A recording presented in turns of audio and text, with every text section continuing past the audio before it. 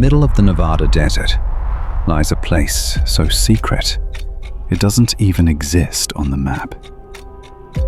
Armed patrols, blurred satellite images, and stories of UFOs. They call it Area 51. But the real question is, what's hidden inside those fences? A Cold War experiment? Alien spacecraft? Or something far more dangerous? Stay with me, because the truth is darker than you think. The story begins not with aliens, but with spies. In the 1950s, the United States was locked in a dangerous chess match with the Soviet Union. Satellites weren't yet watching the skies, so America needed another way to see behind the Iron Curtain. The answer was the U-2 spy plane, an aircraft that could fly higher and farther than anything else at the time. But to test it, they needed a place invisible to the public eye. In 1955, President Eisenhower approved a patch of land near Groom Lake, Nevada, a dry salt flat, remote and unforgiving. A perfect hiding place.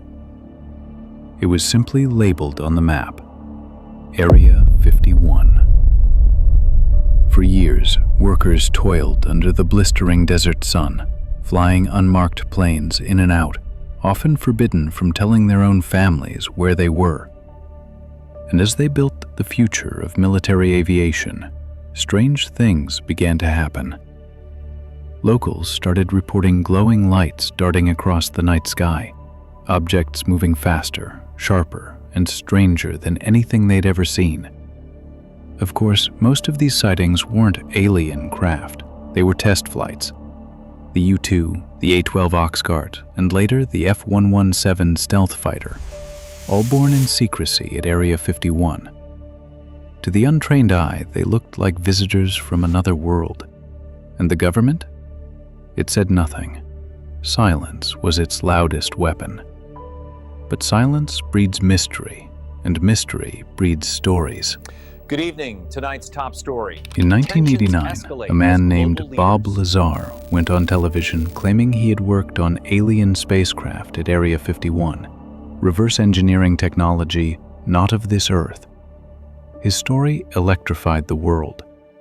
Suddenly, Area 51 wasn't just about stealth planes. It was about extraterrestrial life, crashed saucers, and a government cover-up of unimaginable scale. The public wanted answers, but none came. When documents were declassified in the 1990s, they confirmed that yes, spy planes and advanced weapons were built there. But nothing about aliens, nothing about UFOs. To understand the mystery, you have to understand the people. The workers who were bussed in under heavy guard, the test pilots who risked their lives. What we do know is this. Area 51 was, and likely still is, a cradle for experimental technology. The kind that pushes the limits of what we think is possible. That alone explains why the government wants it hidden, and yet, the stories won't die. Because maybe, just maybe, this place represents something bigger than secrets. It represents our hunger to know what's real, to peel back the curtain and see whether we are alone in the universe, but whether the desert has been hiding proof all along.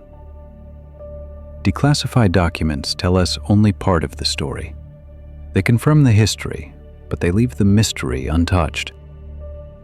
The truth is, we may never fully know what lies inside Area 51. But perhaps that's the point. Because Area 51 isn't just a base, it's a symbol. A symbol of how far governments will go to protect knowledge. A symbol of how much people are willing to believe in the unknown.